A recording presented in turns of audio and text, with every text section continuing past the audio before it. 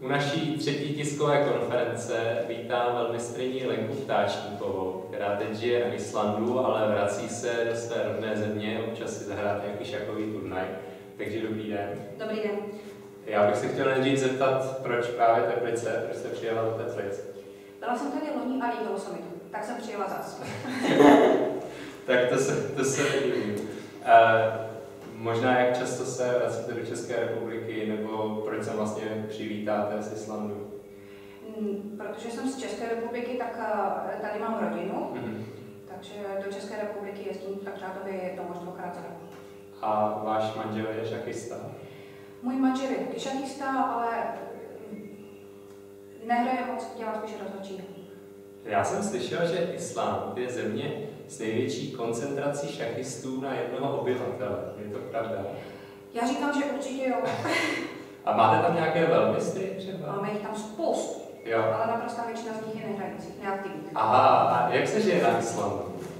Na Islandu se žije docela dobře, ale když člověk dělá jakékoliv jiné povolání než šachy, tak má rozhodně víc peněz. Jo, jasně. Tam asi není jakoby moc šachových profesionálů. Ne. A kolik má vlastně Island obyvatel? Tak řádově kolem 300 000. Aha, takže to je něco jako Brno. Akorát větší.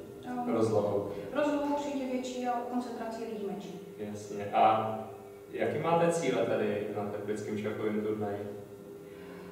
Tak tady bych si ráda zahrála kvalitní turnaj, potkala jsem mě soupeře a rozehrála jsem před mistrovstvím Evropy, že mám před olympiádou. Aha, takže vy budete reprezentovat Island na mistrovství Evropy, že? To se hraje letos v Bulharsku? V Plovdivu.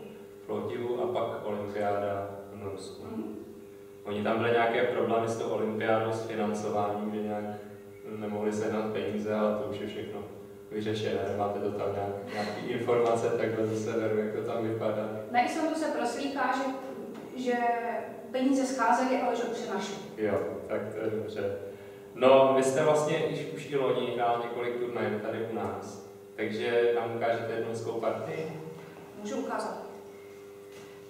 Partii z Olomouce, z Olomouckého šachového léta, z předposledního kola tuším. Takže to je z loňského léta. A vy jste tam hrála Open? Jo. Open. Se hrajou pak ještě i uzavřené turnaje. A neuvažovala jste třeba někdy, že si splníte normy mezinárodního mistra, když jste ta ženská velmistryně? Já už nemám dost, mě chybí rating. Aha, jo, rating chybí. A to je potřeba kolik rating? 2400. 2400, to je hodně. A máte třeba takovou ambici, kdyby se vám dařilo třeba? Tak kdyby se mi dařilo, tak to určitě jo. Ano, ale to by člověk musel další dobu hrát. Jo, musel asi hrát víc turnajů. Musel bych hrát pravidelně než já. Tak jo, tak prosím, tu partii. Takže tady jsem byla bílá a bylo to proti mezinárodnímu mistru Borisi Marisianovi z Izraele. Hrála se anglická. C45. Jo, ale to je takový nenáročný zahájení. Je zde C6. Člověk si říká, že když se hraje anglická, že musí být nutně remis, ono to tak nemusí docela to vždycky být. Tady je. Takže anglická je takový to vaše zahájení, že hrajete anglickou často, jo? Anglická krásně symetrická, Jo. která se jenom tváří naprosto ploše. Ale Aha, D4, jasně. A když vám to sebere pěšce, to možná ukážem divákům, já budu tady občas tahat nějakou variantu možná. Tak, když to vezme pěšce, tak přijde... Tak se člověk hrubě zamyslí. Ale kuň B5, to určitě jsou tady slabiny na D6. Takže hrozí vzít tady a ještě dát tady šach. Ano. Aha, takže bys... Je tady spousta černoplných slabin. Jo, tady na D6 je slabina. A on to vzal jezdce? On to vzal jezdce. Aha. Kuň Takže tohle jste ještě znala? To je nějaká jsem ještě znala. Aha, ježiš, tak to znala tady Kmešák. To je fakt, takže to jste nikdy nehrála? No to jsem sice nehrála, na to jsem se dívala před partií. Aha, jako nebyla připravena. Akorát mi přišlo trošku moc, že se urputně brání vyměnit dám tady, protože normálnější by mi přišel nějaký dám E7. Teď vlastně visí jezdec. Visí jezdec, hrozí výměna dám. Já myslím, že v takovéhle pozici je něčem nejchce měnit figury. Protože má slabýho krále. Přesně tak. Tady jsem přemýšlela urputně a předlouze, protože na D6 stojí kůň působí problémy, ale může přijít o život. To je takový trojský kůň. Tak nějak. Teď z něj vyskáčou ty trojani, tvrdý. No ale ten černý má tady obrovský problémy s králem. Zahájení asi zahrál dost optimisticky. On by možná, jestli by třeba neměl hrát třeba něco takového. Jo, on nebyl na stavu. Dobře, takže dáme B6. Dáme B6. Já jsem chtěla zavřít tady nejdřív toho střelce doma. No, jo. A teďka už nikam nemůže. Teď už nikam nemůže, teď jsem se vrátila. To je pěkný manévr. Střelec E6. No a teď jsem na... Člověku se chce něco jako střelec A5 a víš, co je jedna přemýšlím, co je lepší. Ten střelec už tahal tolikrát, že sice střelec A5 jsem chtělo víc, ale říkala jsem si, že když už mazal tolikrát, tak je zdravější pohnout věží. Ale... A soupeř teda si chtěl zablokovat ten tak střelec A5, ale pořád nedokončuje vývoj. Teďka už hrozí, že kůň přijde o život, protože věž D8 a se trošku blbě... No, ten kůň nemá kam jít. Přesně tak. Ale E4 to je moc hezký, tak no. Takhle a když má člověk náskok ve vývinu, tak by měl se snažit otevřít centrum. A jak člověka takový tak jako E4 napadne? Jsem přemýšlela, jak zachránit, spasit koně. Takže znouzectnost. Tak nějak. Takže E4 a soupeř skutečně pokračoval věž D8. A teď přichází ke králi. A pozice se otevírá, například kdyby to černý sebral jezdce. No tak už mám kam jít. Už máme dál, dokonce. Tady ještě. Ale to diváky, kteří vám pomáhají.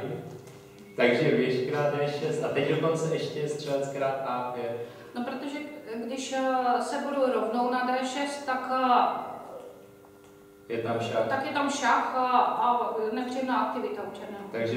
Takže je potřeba vložit střelec krát A5 a teď dokonce podává A6, pořád nebere toho střelce. No, protože tady by byl přímo mat. Jo, takže a to jste všechno viděla už při tom tahu E4? Tady těma myšlenkama jsem se zabývala. No tak to je teda drsný. Tak střelec F1 a on teďka co? Tak teďka mu vysí dáma, no. To je nepříjemný. On nemá s tou dámou kam jít. On šel na A8. Na A8. Svázal. Jo, pokračuje tady, aby třeba nešel střelec B4 nebo něco takového, jasně. Věž C7, tak to je nesakra. Tak to je hezká partie. A teďka hrozí... Teď hrozí všechno. Teď hrozím vzít věž, hrozím vzít střelce. V některých variantách hrozím vzít... Jo, já to ještě řekl pro diváky, že kdyby dáma bere D6 přišlo hned, tak asi vadilo, že se bere toho střelce se šachem, že jo? Přesně tak. Teďka A nějakém B4 stihne sebrat na D5 a hrozí... Na H1, hrozí věž a hrozí vymění dámy, to se mi nelíbilo. Kdežto teďka v podobné variantě teď už je věž na C7 a i kdyby stihnul dobrat na D5, tak hrozí na D7 sebrat se šachem. Takže on pokračoval? No král. A měl třeba podle počítače už nějakou obranu tady, nebo už to je prohrané? Nevíme, tak my opravdu nevidíme. Takhle hrával Tal. Vlastně bílý mu tady teda nevisí figurky, ale Talovi vždycky během partie vysely 3 figurky. A když se ho ptali, jako jestli se nebojí, že mu soupeř něco vezme, že partii potom prohraje, tak Tal prohlásil, no vždyť mi může vzít za jeden tak jenom 1 figuru. Takže ty ostatní mi vzít nemůže. Takže tak se řídil Tal, takže takhle je to v pořádku. No ale teďka už je vidět, že tomu černému se pozice rozpadla, protože se bereme mu věž, že jo? No. Přesně tak. A teď přijde s tempem hezky tak D4 a všechno mu to vyhodíme. A teďka už tu věž vzít prostě nemůže. Jasně, protože kdyby vzal věž, tak je mat. Tak je mat. Jasná. Takže on ještě dával šachy. On se snažil mě tady ještě ušachovat.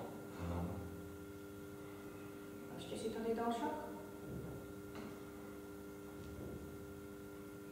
Protože zase nějak nebezpečí většině šachů tady v okolí je. Aha, by teďka dal třeba šach na E3. Jsem ztratila myš. Když tak právě musí prchnout tam. Kdyby dal šach, tak uteče král. Tak uteče král.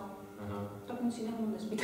No jasně. Takže on pokračoval. Tady už má volný prostor na dámským křídlem. Takže král by utekl přes dámské křídlo a on pokračoval střelec F8 a teď přichází závěrečná kombinace. Tady si myslel, že získá dámu, nebo to dáma zrovna nemá moc kam jít. Aha, nebo přijde nějaký věčný šach, hrozí věž. Tak ne. Dáma krát E6. A střelec C4.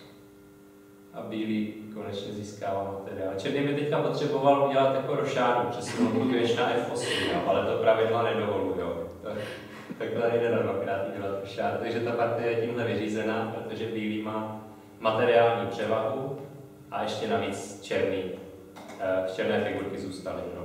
Tak děkujeme moc, já vám přeju, ať se vám tady na turnaji v Teplicích vydaří nějaká taková pěkná partie.